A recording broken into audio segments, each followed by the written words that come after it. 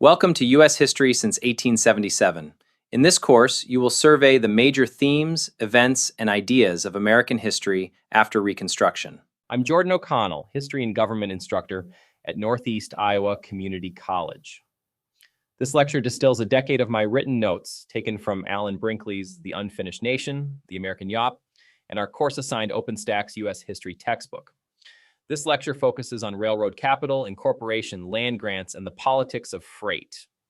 The core question is this: what happens to self-government when one corporation can determine whether a county's wheat, cattle, ore, or timber reaches market at a profit or at a loss?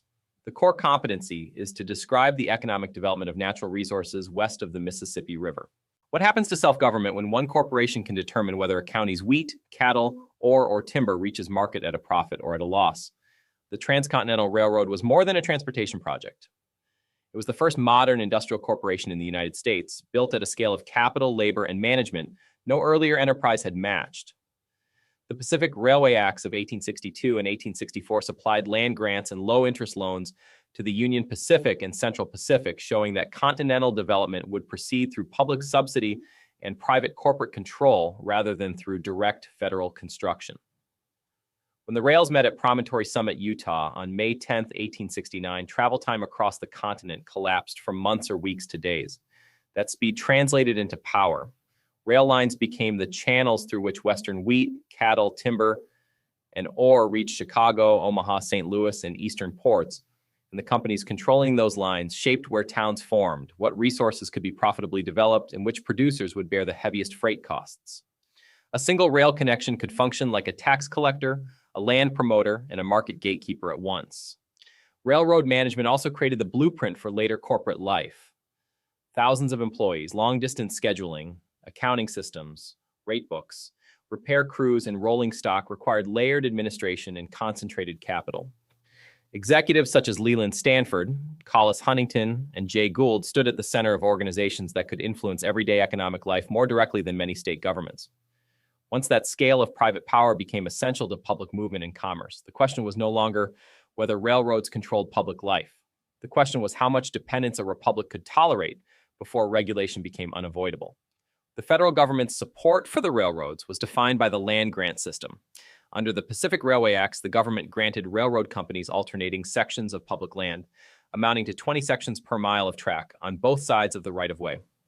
These grants eventually totaled more than 175 million acres, an area larger than the state of Texas. The railroads were not expected to keep all of this land. They were expected to sell it to settlers to fund construction and generate future freight traffic. This made the railroads the largest land developers in the West. They established land offices, printed advertising circulars in multiple languages, and recruited immigrants from Europe to buy parcels and start farms. The subsidy formula itself revealed how closely the federal government linked geography to corporate finance. The 1862 Act granted 30-year government bonds of $16,000 per mile on level ground, $32,000 per mile in foothills, and $48,000 per mile in mountain sections. Then the 1864 revision doubled the land grant from 10 to 20 sections per mile on each side of the track. Union Pacific built west from Omaha with Irish labor, Civil War veterans, and freedmen, while Central Pacific pushed east from Sacramento with large crews of Chinese workers blasting through the Sierra Nevada. Construction companies tied to insiders, most notoriously the Crédit Mobilier arrangement on the Union Pacific side, inflated contracts and converted subsidy money into private gain long before the first farmer paid a freight bill. Land grants gave railroads significant leverage over the pattern of Western settlement. A town that was bypassed by the railroad could quickly wither away, while a town selected as a depot or a division point could become a regional center of commerce. Local boosters and town leaders often competed to offer additional subsidies, land, and tax breaks to attract a rail line. The railroad companies used this leverage to extract concessions and shape the political geography of the West. This was not a neutral process of settlement. It was a managed expansion in which the corporation decided which communities would flourish and which would fail. The railroads also used their land holdings to influence the development of other resources. They often retained mineral and timber rights on granted lands, allowing them to control coal mines, forests, and water sources. This vertical integration further concentrated power in the hands of the rail companies. A farmer who bought land from a railroad was often buying into a relationship of dependency. He depended on the railroad to bring him his equipment, to transport his crops to market, and to set the price he would pay for both. The The railroad was his only link to the national economy, and that link came with terms set by the company in a distant boardroom. Critics of the land grant system argued that it was a massive giveaway of public wealth to private interests. They pointed out that the railroads often used the best land for speculation rather than for immediate development. The land grants also frequently overlapped with treaty lands recognized as belonging to native nations, leading to further dispossession and conflict around rights-of-way, timber, and hunting grounds. Federal policymakers still treated those transfers as the price of national integration. By the 1870s, the transcontinental network had succeeded in tying the Pacific coast to the Atlantic, but it had also created a regional infrastructure owned and operated by a few powerful corporations. The land grant system supplied the acreage, credit, and bargaining leverage that powered this corporate expansion. The most direct pressure point between the railroad and the Western producer was the freight rate. For a farmer in Iowa, Nebraska, or Kansas, the cost of shipping grain to Chicago or New York was the difference between profit and ruin. Railroads used a complex system of discriminatory pricing that favored large shippers and long-distance hauls. Smaller farmers who shipped in smaller volumes over shorter distances often paid higher rates per mile than large corporations. Railroads also used pools, informal agreements among competing lines to set prices and divide markets, to eliminate competition and keep rates high. This pricing power created a sense of intense grievance among Western farmers. They argued that they were doing the hard work of production while the railroads were taking the majority of the profit. In the 1870s, farmers began to organize through the Patrons of Husbandry, commonly known as the Grange. Originally a social and educational organization, the Grange quickly became a political vehicle for railroad regulation. Granger laws were passed in several Midwestern states, including Illinois, Wisconsin, and Iowa, to establish maximum freight and passenger rates and to prohibit discriminatory pricing. The railroads challenged these laws in court, arguing that they violated the property rights of the corporation and the contract clause of the Constitution. The grievance was sharpened by the machinery that sat between farm and market. Grain had to move from local elevators to terminal cities through rate schedules the farmer did not control, and elevator operators often charged storage or grading fees on top of freight. A producer in Kansas might haul wheat by wagon to a siding, pay for loading, watch the railroad favor a milling company shipping in volume, and then borrow again at the local bank while waiting for payment.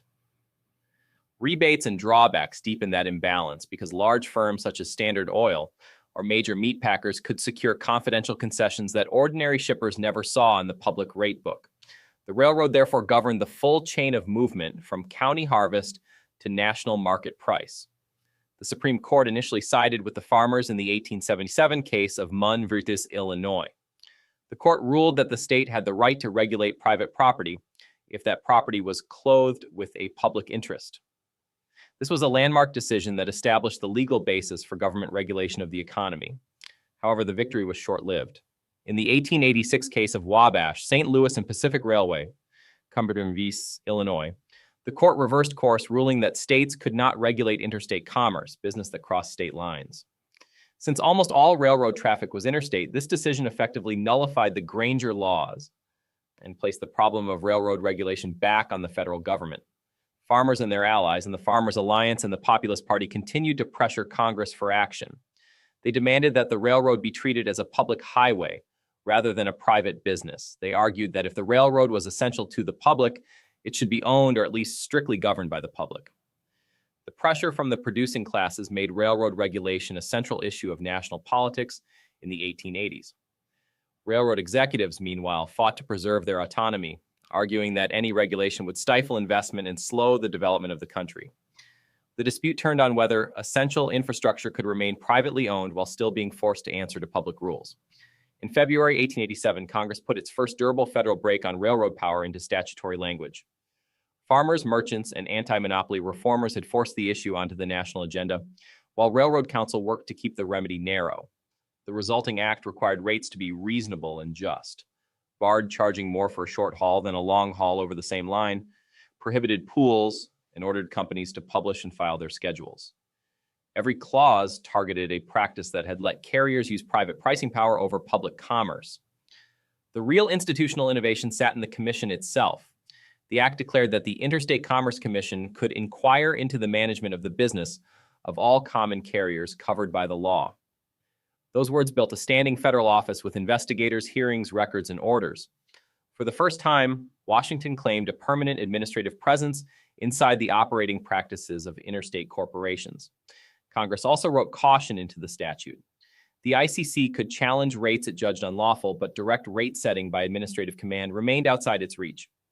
Its orders depended on court enforcement, which left judges with the last word.